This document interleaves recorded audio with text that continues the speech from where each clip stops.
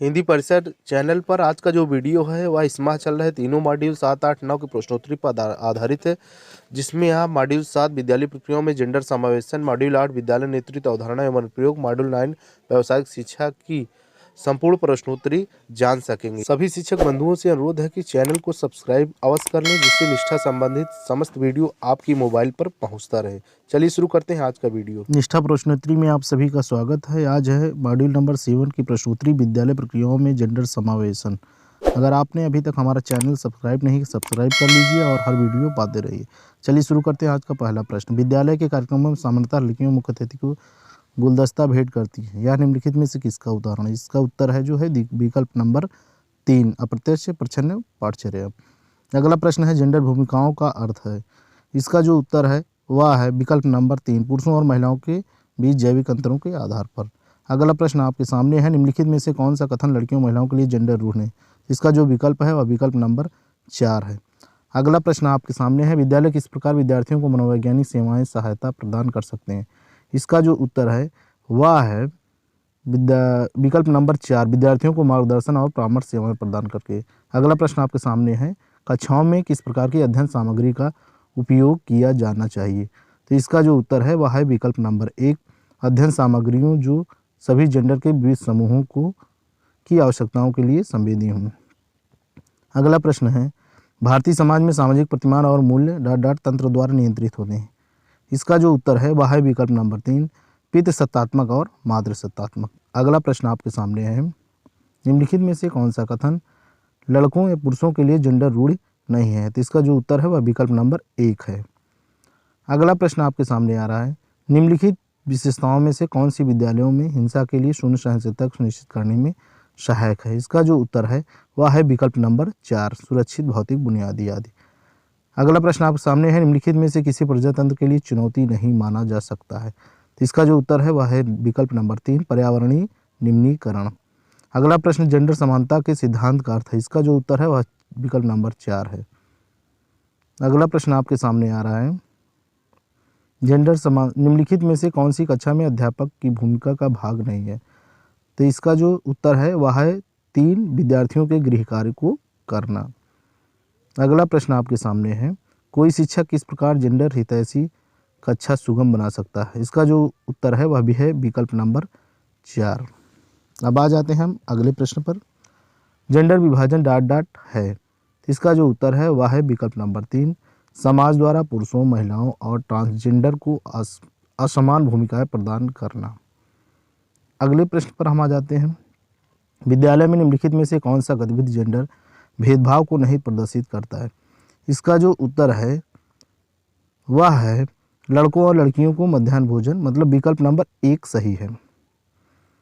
अगला प्रश्न आपके सामने है अध्यापक इस प्रकार एक संवेदनशील कक्षा प्रवेश प्रदान कर सकते हैं? इसका जो उत्तर है वह है विकल्प नंबर 3 बच्चों के लिए सुरक्षित स्थान निर्मित करके। अगला प्रश्न आपके सामने है निम्नलिखित में से कौन सा जेंडर भेदभाव का प्रकार नहीं है? इसका जो उत्तर है वह पहला है पुरुषों और महिलाओं के लिए समान वेतन का प्रावधान। अगला प्रश्न आपके सामने आ रहा है जेंडर निष्पक्ष समुदाय विकसित करने के लिए अधिक ध्यान दिया जाना चाहिए। उत्तर है इसका नंबर 2 लड़कों लड़कियों ट्रांसजेंडर बच्चों आदि। अगला प्रश्न आपके सामने है प्रच्छन्न अप्रत्यक्ष पाठचर्या के विषय में निम्नलिखित में से क्या सत्य नहीं है? तो इसका उत्तर जो है विकल्प नंबर 2 सही है। अगला प्रश्न है शब्द जेंडर का अर्थ है। इसका जो उत्तर है वह विकल्प नंबर 2 महिलाओं और पुरुषों में जनन क्षमताओं के संदर्भ में जैविक अंतर।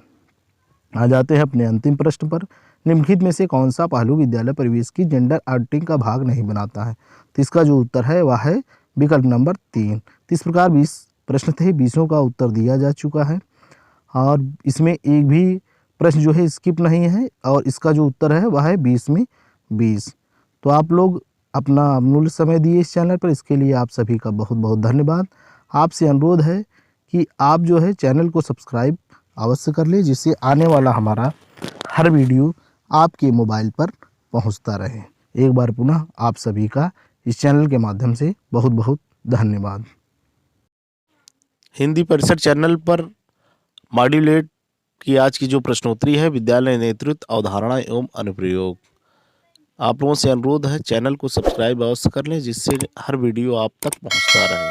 शुरू करते हैं आज के प्रश्नोत्तरी। पहला प्रश्न आपके सामने SGOC का फुल फॉर्म क्या है?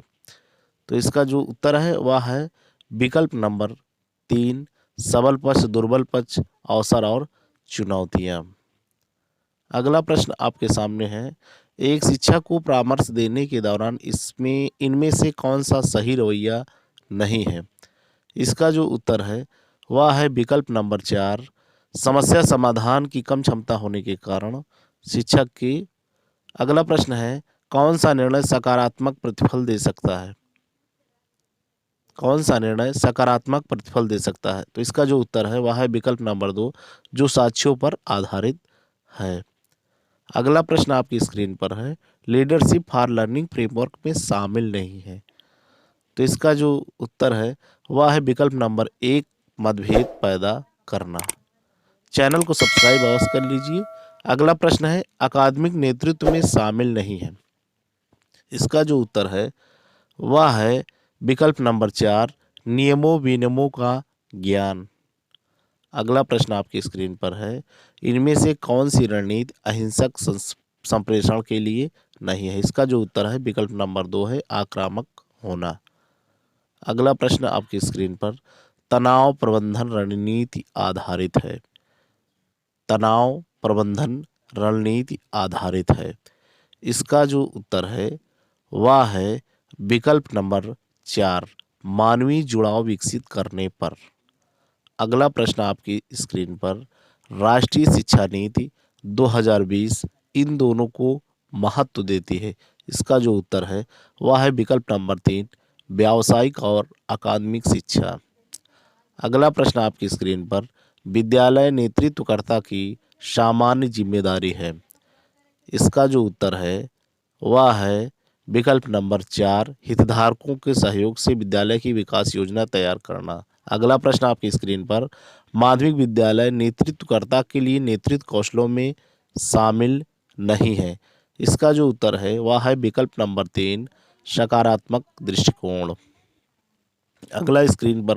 अगला प्रश्न आपकी स्क्रीन पर आ रहा है, एक परिवर्तनकारी नेतृत्वकर्ता वह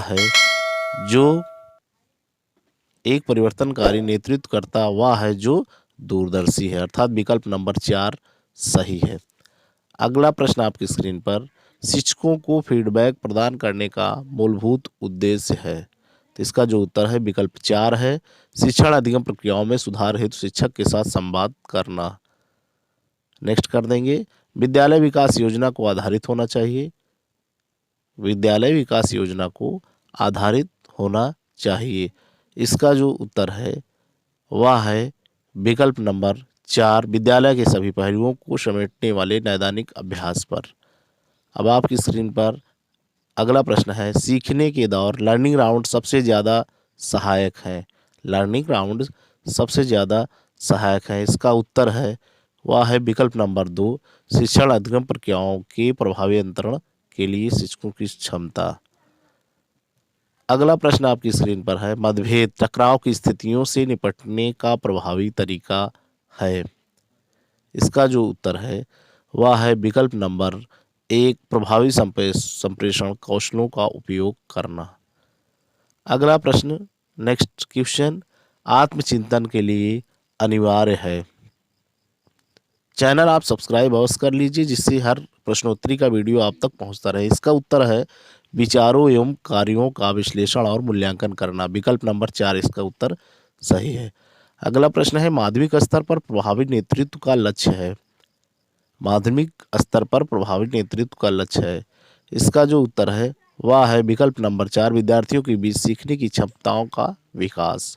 अगला प्रश्न आपकी स्क्रीन पर है, शिक्षकों के बीच मतभेद की स्थिति में जब एक विद्यालय नेतृत्वकर्ता मध्यस्थता करता है तो उसे आदर्श रूप से होना चाहिए।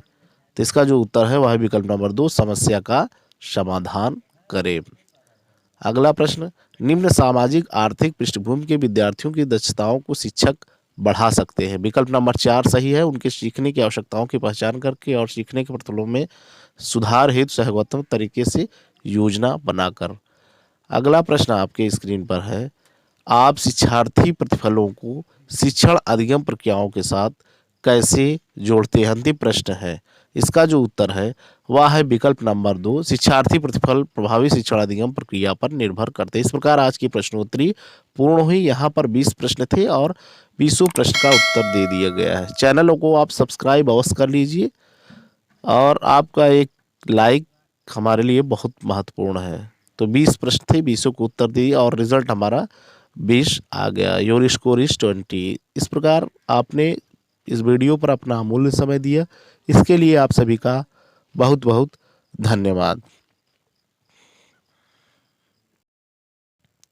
हिंदी परिसर चैनल पर निष्ठा परीक्षण के अंतर्गत आज मॉड्यूल 9 की प्रश्नोत्तरी व्यावसायिक शिक्षा को लेकर उपस्थित हुई है।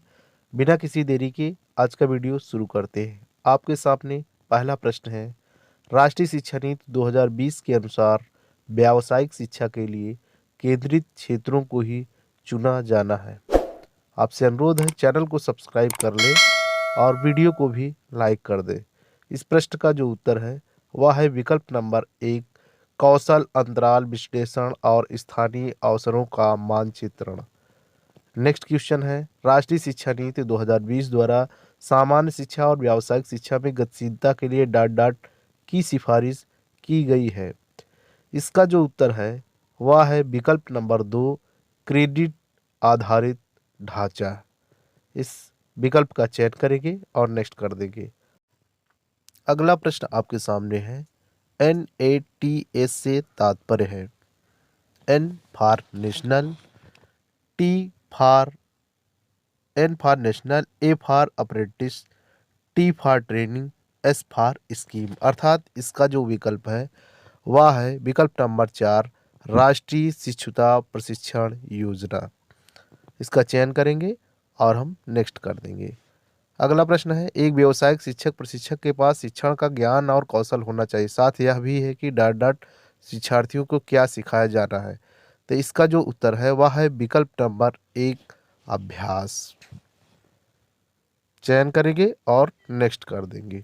अगला प्रश्न है, योग्यता एक डॉट डॉट डॉट और मापने योग्य ज्ञान और कौशल है। इसका जो उत्तर है वह है विकल्प नंबर 1, अवलोकनीय। अवलोकनीय का चयन करेंगे और नेक्स्ट कर देंगे। अगला प्रश्न आपके सामने है, राष्ट्रीय शिक्षा नीति 2020 में शिक्षा शास्त्र के पुनर्गठन पर प्रकाश डाला गया है, जो रटने की मौजूदा संस्कृति से आमूलचूल परिवर्तन लाने के लिए, सीखने के लिए और सीखने पर केंद्रित है। इसमें 4 विकल्प हैं, आपको एक विकल्प का चयन करना है। अभी तक आपने चैनल नहीं सब्सक्राइब किया है, चैनल सब्सक्राइब कर लीजिए, वीडियो भी लाइक कर दीजिए। और इस प्रश्न का जो उत्तर है वह है विकल्प नंबर 4, करते हुए। चौथे विकल्प करते हुए का चयन करेंगे और फिर हम नेक्स्ट कर देंगे अगले प्रश्न के लिए। अगला प्रश्न आपके सामने है, राष्ट्रीय शिक्षा नीति 2020 के अनुसार वर्ष 2025 तक कम से कम डॉट डॉट शिक्षार्थियों को स्कूल और उस शिक्षा के माध्यम से व्यावसायिक प्रदर्शन करना होगा। इसका जो उत्तर है वह है विकल्प नंबर 4, 50%, 50%। चयन करेंगे, नेक्स्ट कर देंगे। अगला प्रश्न आपके सामने है, माध्यमिक शिक्षा के व्यवसायीकरण की एक केंद्र प्रायोजित योजना शुरू की गई थी। इसका जो उत्तर है वह विकल्प नंबर 2 है, 1988, 1988। चयन करेंगे और नेक्स्ट कर देंगे। अगला प्रश्न आपके सामने है, समग्र शिक्षा कार्य वी के तहत जिसे पहले कार्य अनुभव या सामाजिक रूप से उपयोगी उत्पादक कार्य के रूप में जाना जाता है, उसे डॉट डॉट से पेश किया जाएगा। इसका जो उत्तर है वह है विकल्प नंबर 2, कक्षा 1 से 5। चयन करेंगे और नेक्स्ट कर देंगे। अगला प्रश्न आपके सामने है, कक्षा 10वीं और 12वीं के अंत में व्यावसायिक छात्रों के कौशल घटक का बाह्य मूल्यांकन डॉट डॉट द्वारा लिया जाना है। इसका जो उत्तर है वह है विकल्प नंबर 4, क्षेत्रीय कौशल परिषद। इसका हम चयन करेंगे और नेक्स्ट कर देंगे। अगला प्रश्न आपके सामने है, समग्र शिक्षा के तहत पूर्व व्यावसायिक शिक्षा कक्षा डॉट डॉट शुरू की जाएगी। तो इसका जो उत्तर है विकल्प 4 सही है, कक्षा 6 से 8। टेस्ट कर देंगे। NSDC का अर्थ है, इसका जो उत्तर है वह है विकल्प नंबर 4, राष्ट्रीय कौशल विकास निगम। चयन करेंगे, नेक्स्ट करेंगे। यह अगला प्रश्न है, यह डॉट डॉट सामान्य शिक्षा परिषद जीसी द्वारा तैयार किया जाएगा और यह एनएसक्यूएफ के साथ समन्वित होगा। इसका जो उत्तर है वह है विकल्प नंबर 2, राष्ट्रीय उच्च शिक्षा योग्यता ढांचा। इस विकल्प चयन करेंगे और नेक्स्ट कर देंगे। अगला प्रश्न आपके सामने है, युवाओं की अधिक भागीदारी जुटाकर और कुशल जनशक्ति की मांग और आपूर्ति के बीच डॉट डॉट को कम करके भारत में व्यावसायिक शिक्षा और प्रशिक्षण को आगे बढ़ाया जा रहा है। तो इसका जो उत्तर है वह है विकल्प नंबर 2, बेमेल। इसमें क्या भरा जाएगा बीच में? बेमेल। चयन करेंगे, नेक्स्ट कर देंगे। अगला प्रश्न आपके सामने है, शिक्षा के व्यावसायीकरण में छात्रों को व्यावसायिक कौशल के साथ रखें, इससे अकादमिक कौशल को एकीकृत करने वाली गतिविधियों में भाग लेने में मदद मिलेगी। इसका जो उत्तर है वह है विकल्प नंबर 4, तैयारी। तैयारी पर हम चयन करेंगे, नेक्स्ट कर देंगे। NQR के लिए खड़ा है। अगला प्रश्न है, NQR के लिए खड़ा है। इसका जो उत्तर है वह है विकल्प नंबर 4, राष्ट्रीय योग्यता रजिस्टर। इसका हम चयन करेंगे और टेस्ट कर देंगे। अगला प्रश्न आपके सामने है, मानव संसाधन विकास मंत्रालय द्वारा एक राष्ट्रीय व्यावसायिक शिक्षा योग्यता फ्रेमवर्क शुरू किया गया था डॉट डॉट, जिसे अब शिक्षा मंत्रालय के रूप में जाना जाता है। तो वर्ष का चयन करेंगे, इसका 2012। चयन करने पर नेक्स्ट कर देंगे। अगला प्रश्न आपके सामने है, एन 2020 के अनुसार किस मॉडल का उपयोग विद्यालयों में कौशल प्रयोगशालाओं की स्थापना के लिए किया जाएगा ताकि अन्य विद्यालयों को हमें सुविधा उपलब्ध करने की अनुमति दी जा सके। इसका जो उत्तर है वह है विकल्प नंबर 3, हब और स्पोक। नेक्स्ट कर देंगे। अगला प्रश्न आपके सामने है, क्षेत्रीय प्रशिक्षुता प्रशिक्षण बोर्ड BCAT पर है। यह जो है कहाँ है? कोलकाता, चेन्नई और कानपुर। दूसरा विकल्प सही है, नेक्स्ट कर देंगे। और अगला प्रश्न आपके सामने है, अंतिम प्रश्न है, 20वां प्रश्न है, माध्यमिक शिक्षा आयोग 1952-53 के मुताबिक शिक्षा के व्यवसायीकरण का उद्देश्य है। तो इसका जो उत्तर है वह है छात्रों की व्यावसायिक दक्षता में सुधार करना। कुल 20 प्रश्न थे, 20 का उत्तर दिया गया है, एक भी प्रश्न यहाँ पर स्किप नहीं किया गया। अब हम इसका सबमिट करके उत्तर देख लेते हैं। तो यह 20 प्रश्न थे, 20 उत्तर दिए गए और आपको 20 में 20 पूरे मिल गए हैं। चैनल को आप सब्सक्राइब अवश्य कर लीजिए। वीडियो पर अमूल्य समय देने के लिए धन्यवाद। आप अन्य लिंक के लिए दिए गए आइकन पर क्लिक करके दूसरे वीडियो का लाभ ले सकते हैं। धन्यवाद।